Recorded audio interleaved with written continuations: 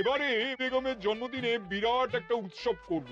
সারা দেশ থেকে মহান মহান অতিথিদের নিয়ে আসা হবে। দুনিয়ার সেরা সেরা খাবার, সেরা সেরা গাইয়ে, সেরা সেরা বাজিয়ে, সেরা সেরা নাচিয়ে রাতকে দিন করে দেবে এমন रोशनाई।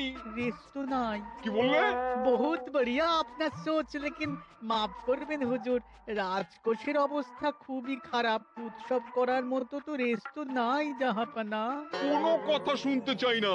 আমি হলাম গিয়ে বাংলার নবাব। আমি আনন্দ হই হুল্লোড় করবো না তো কে আর করবে? একদম ঠিক জাহাপানা, কিন্তু কর বসিয়ে টাকা তোলো।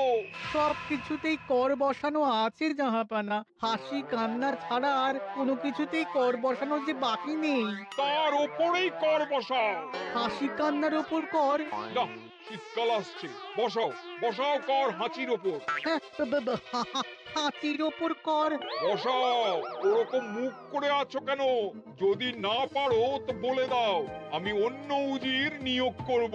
আমি আজই ঘোষণা করে দিচ্ছি, এবার থেকে হাতির ওপর কর দিতে হবে। হ্যাঁ, তো জানাব, এতে প্রজারা যদি ক্ষুব্ধ হয়? আরে বাবা, প্রজাদের কাজই তো মাঝে মাঝে ক্ষুব্ধ হওয়া। তা ঠিক হুজুর। আমাকে কদর করে এমন কিছু সন্ডা আছে, তাদেরকে কাজে লাগাতে হবে। বহুত খুব জাহাপানা। তাহলে হাঁচি গোনার লোকের ব্যবস্থা করে নি। ওই সন্ডারাই হাঁচি গুনবে। ওদের স্বেচ্ছাসেবক হিসেবে নিয়োগ করো। বহুত খুব জাহাপানা। সব জায়গায় লোক পাঠাতে শুরু করো। তবে কৃষ্ণনগরে বেছে বেছে লোক পাঠাবে। আর মনে রেখো, ওখানে গোপাল আছে।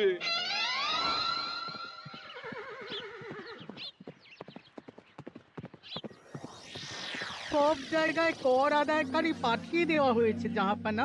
আপনার কথা মতো তাদের বলে দেওয়া হয়েছে যে আদায় হওয়া করের 10% তাদের বেতন হিসেবে দেওয়া হবে। সুতরাং কর আদায়ে কোনো ঢিলেমি হবে না। বহুত আচ্ছা, বহুত আচ্ছা।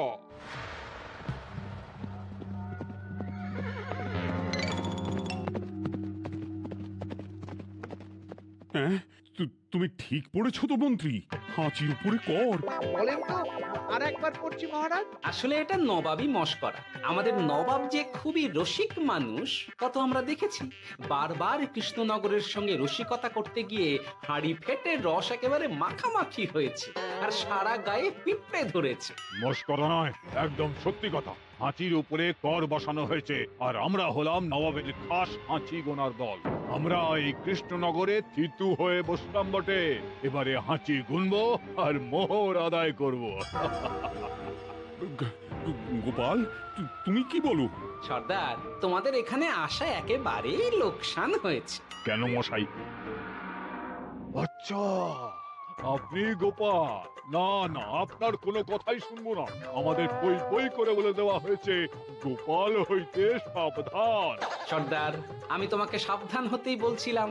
হাঁচি ধরতে গেলে তোমাদের খুব সতর্ক থাকতে হবে, কারণ এই কৃষ্ণনগরের বাসিন্দাদের শরীর স্বাস্থ্য এত ভালো যে এখানে কেউ হাঁচে না, কাশে না, ঢেকুর তোলে না, ইয়ে করে না।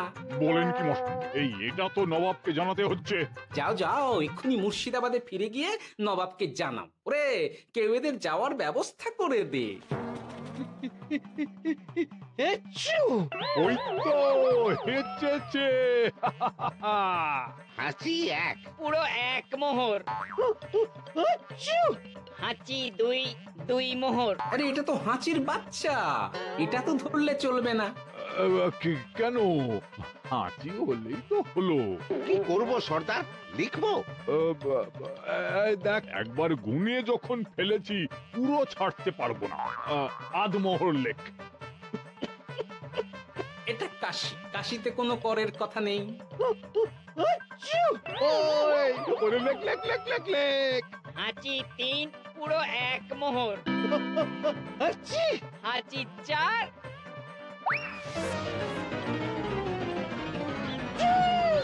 হাঁচি পাঁচ। লেখো। হাঁচি ছয়,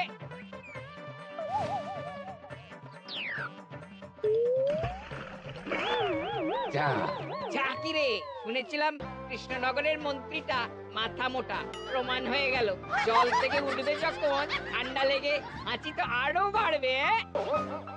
জলে বুড়বুড়ি উঠছে, বেটা জলের তলায় তলায় হাঁটছে, হাঁটছি সাত।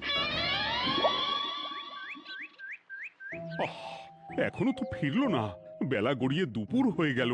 ভাববেন না রাজামশাই, আমরা যারা যারা এখানে এসেছি সবাই ধড়িবাজ লোক, মন্ত্রীর হাঁচি নিংড়ে নিয়ে ফিরবে।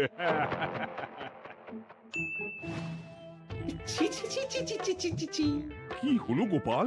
আমরা কৃষ্ণনগরের প্রবাদ প্রতিম আতিথেয়তার অসম্মান করেছি মহারাজ। কেন, কিভাবে, কখন?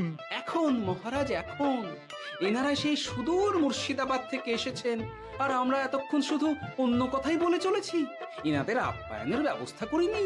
তাই তো। মহারাজ আপনি ব্যস্ত হবেন না। এই কে আছো? শোনো, এদের রাজ অতিথিশালাতে থাকার বিশেষ ব্যবস্থা করো। এদের খাবার যাবে মহারাজের পাকশাল থেকে। এদের সব সুবিধে অসুবিধে দেখার জন্য দাস দাসী নিযুক্ত থাকবে। এই চলো হে চলো। আরে দাঁড়াও সর্দার, হ্যাঁ বলুন। তোমাদের তো আবার গোপালের কথা শোনা বারণ। আমার ব্যবস্থায় বোধহয় তোমরা থাকবে না। বাদ দিন তো, আসলে ভয় ছিল আপনার বুদ্ধিকে, আর ভয় নেই। কেমন আগু পিছু বিচার না করেই বলে ফেললেন এখানে কেউ হাঁচে না। বুঝে গেছি, আসলে গোপাল হলো গল্প। এই চলো হে চলো, ও বড্ড খিদে পেয়েছে। প্রহরী, এই সর্দারের দলের বাকি লোকগুলো এলে এদেরকেও অতিথিশালায় নিয়ে যেও। হ্যাঁ আচ্ছা। এ কি গোপাল, এই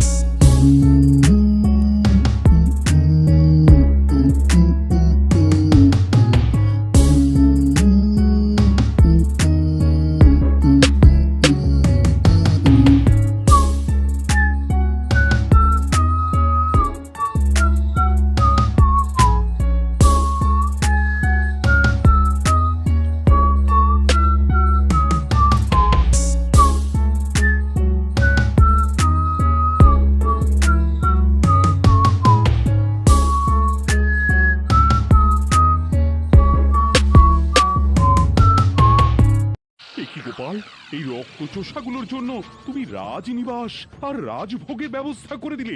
গোপাল কার পক্ষে মহারাজ? এতক্ষণ গোপালের সব কাজ তো কৃষ্ণনগরের বিপক্ষে গেল।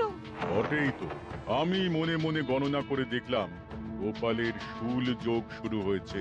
আগামী 1 যুগ ধরে গোপাল যেখানে থাকবে সেখানে রাহুর প্রকোপে দুঃখ দারিদ্র মহামারী একসঙ্গে এসে ধরা পড়বে। মহারাজ, গোপাল কখনো কৃষ্ণনগরের খারাপ ভাবেনি। সে যখন ওই রক্তচোষাদের রাজভোগে রাখার ব্যবস্থা করেছে তখন বুঝতে হবে এর মধ্যে একটা ঘোরতর পেঁচ আছে। গোপালই তাহলে বলুক কি পেঁচ। মহারাজ, মানুষ বিলাসের সুযোগ পেলে কাজ ভুলে বিলাসেই ডুবে থাকে। কত সম্রাট মহাসম্রাট বিলাসিতায় ডুবে কত সাম্রাজ্য মহাসাম্রাজ্য ভেঙে টুকরো করেছে। এরা তো নবাবের পাঠানো কিছু মূর্খ বালক মাত্র মহারাজ। এদের রাজভোগে ডুবিয়ে দিলে হাঁচির কথা কি এদের মনে থাকবে?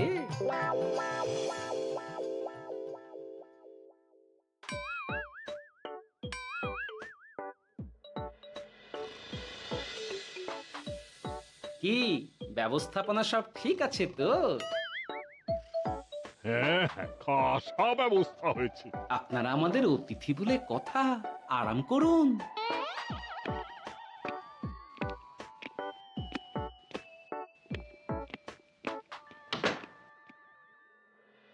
বিজ্ঞানী, তোমার এই দুমুখ আয়না আবিষ্কার তোমার জীবনের সেরা কাজ। একদিক দিয়ে আয়না, অন্য দিক দিয়ে কাঁচ।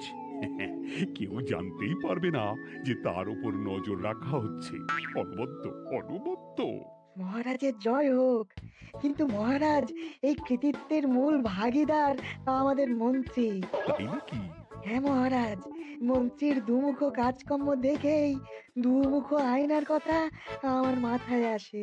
মুখ সামলে কথা বলো বিজ্ঞানী। ওরা শুনতে পাচ্ছে। যা চেঁচালেন 20 ইঞ্চির দেওয়াল ভেদ করে ওদিকে চলে যাবে কথা। এই কে যেন কাকে মুখ সামলে কথা বলতে বললো? ওই বাইরে কেউ বলেছে। এই তোমরা সবাই শোনো, অতিথিদের যেন আদর যত্নের ত্রুটি না হয়।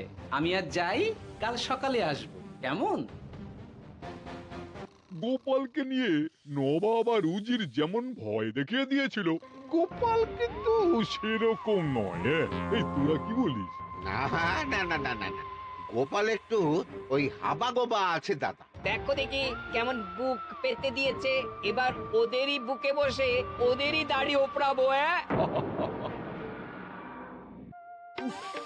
গোপালের জবাব নেই, ঠিক সামলে দিল। মহারাজ, এই প্যাঁচটা আমার মাথাতেই এসেছিল, কিন্তু ওই যে নাকে মাছি ঢুকে গিয়েই সব বরবাদ হয়ে গেল। মহারাজ, এই পরিকল্পনা যদি মন্ত্রীর মাথাতে আগে এসে থাকে তাহলে এদের মন্ত্রী আমার চেয়ে ভালো করে সামলাতে পারবেন মহারাজ। ওটাই তো এই দায়িত্ব আমি নিলাম মহারাজ।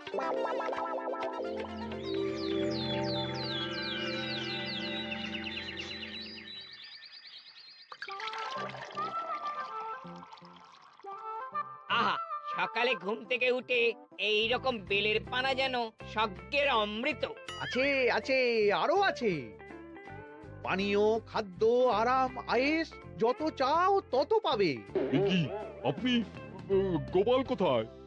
মহারাজ বিবেচনা করে দেখেছেন যে মহামান্য অতিথিদের পরিচর্যার ভার গোপালের মতো একজন ভাঁড়ের পক্ষে বহন করা সম্ভব নয়। তাই এই দায়িত্ব আমাকে দেওয়া হয়েছে। কিন্তু কোনো কিন্তু নেই সর্দার। আমি যে খানা পিনা নাচা গানা আমোদ আহ্লাদের ব্যবস্থা করেছি দেখে তুমি চমকে যাবে। দেখা নয় বিজ্ঞানী, এবার শুধু কাজের সময়।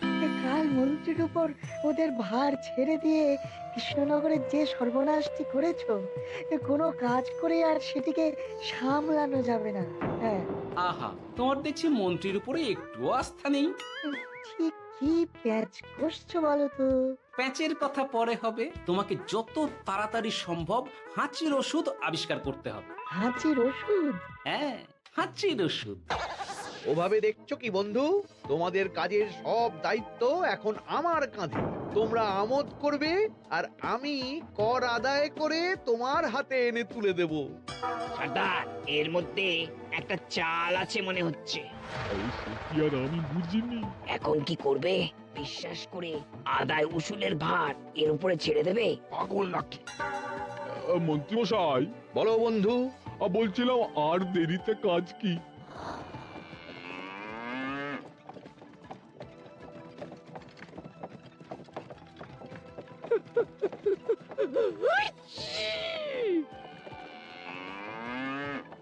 মন্ত্রী লেখো হাঁচি এক।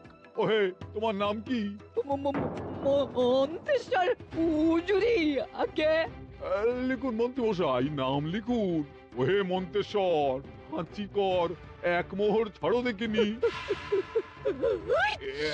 হাঁচি দুই। আরে যাও, দৌড়ে গিয়ে দু মোহর আদায় করে আনো। ওরে, তোরা সব কৃষ্ণনগরের কোণে কোণে ছড়িয়ে পড় দেখি, একটা হাঁচিও যেন বাদ না পড়ে। হ্যাঁ,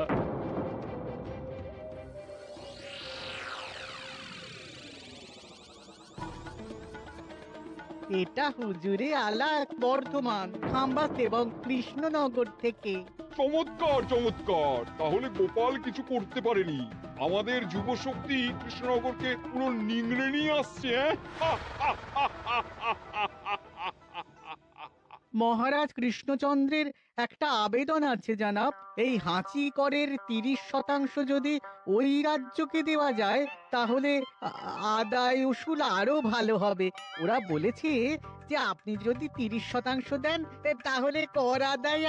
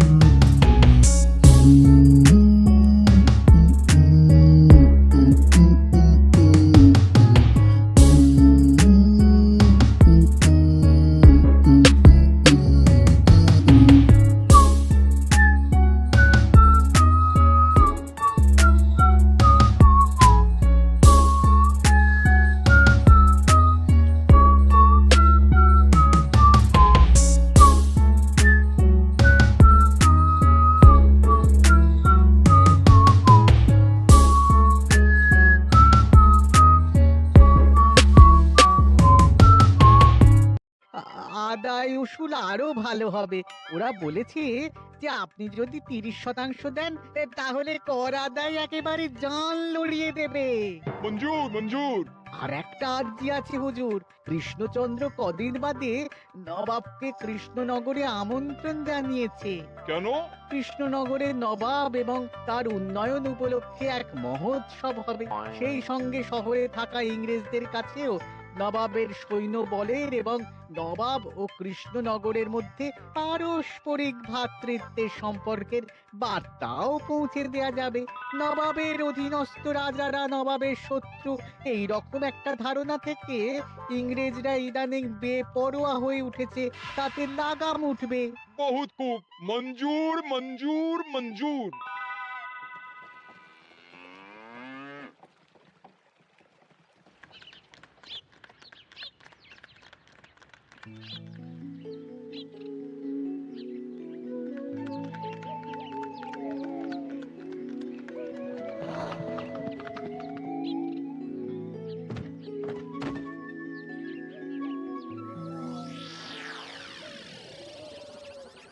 কি ব্যাপার গোপাল?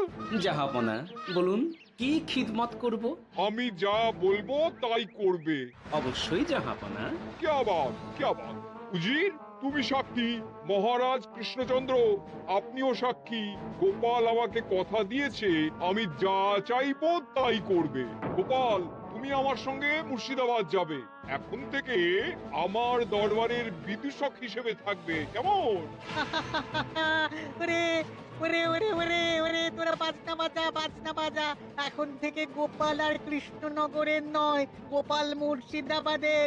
চলছে বাজা।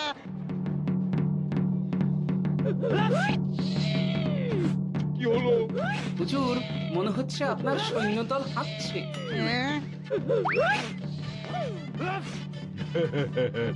হুজুর, হাঁচিগড়ের বন্যা সব সৈন্য 10-12টা করে হেঁচে ফেলেছে। মানে প্রচুর মোহর হয়ে গেছে আর বাড়ছে। আমার হাঁচি গোনার দল একটা হাঁচিও বাদ দেবে না। মোহর রাখার জন্য নতুন পোশাকখানা বানাতে হবে হুজুর। সর্দার, আমাদের হাঁচিগুলো কি খুলবো? হ্যাঁ, নিশ্চয়ই। একটা হাঁচিও যেন বাদ না পড়ে। চলুন হুজুর, আমরা এখানে দাঁড়িয়ে থেকে আর কি করব? ওরা হাঁচুক আর হাঁচি গুনুক। চলুন নবাব বাহাদুর, আপনার জন্য কৃষ্ণনগরের রাজাতীর্থ অপেক্ষা করছে। হুজুর, আমার মনে হয় আমাদের কৃষ্ণনগরে এখন আর দেরি করা উচিত হবে না। আমরা সোজা শহরের দিকে রওনা হয়ে যাই। শহরের ইংরেজদের শিক্ষা দিয়ে ফেরার পথে আমরা কৃষ্ণনগরের আতিথ্য গ্রহণ করব। সে কি?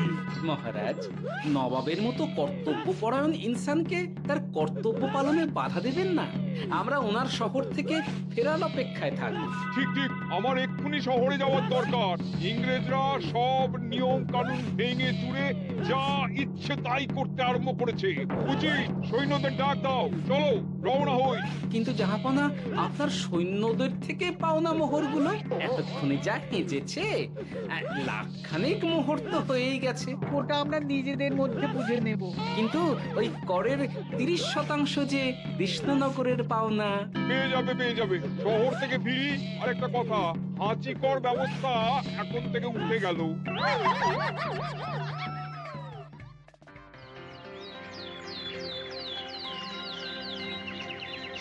মহারাজ, কিভাবে গোপাল ভাঁড় মহাশয় নবাবের উন্মাদের মতো জারি করা ওই হাঁচিকর থেকে আমাদের সকলকে রক্ষা করেছেন তা আমরা সকলেই জানি।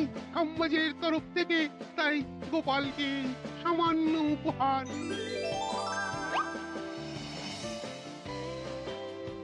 ওহ গোপাল, সত্যি তোমার জবাব নেই। কিছুই হতো না যদি না বিজ্ঞানী ওই হাঁচি চূর্ণ আবিষ্কার করত। এই উপহারের অর্ধেক কিন্তু বিজ্ঞানী। সবই তো বুঝলাম, নবাবকে সৈন্য সহ নিমন্ত্রণ থেকে সৈন্যদলকে হাঁচি চূর্ণ মাখানো, চাঁদোয়ার তলায় ঢোকানো পর্যন্ত। কিন্তু চাঁদোয়া থেকে হাঁচি চূর্ণ ঝরে পড়লো কি করে, সেটাই তো বুঝলাম না। এটা তুমি বলো বিজ্ঞানী। শব্দের বাতাসে কম্পন তৈরি হয়। গোপালের হাততালিতে আমার ঘরের শাড়ি থেকে হাঁচির জন্য ঝরে পড়েছিল।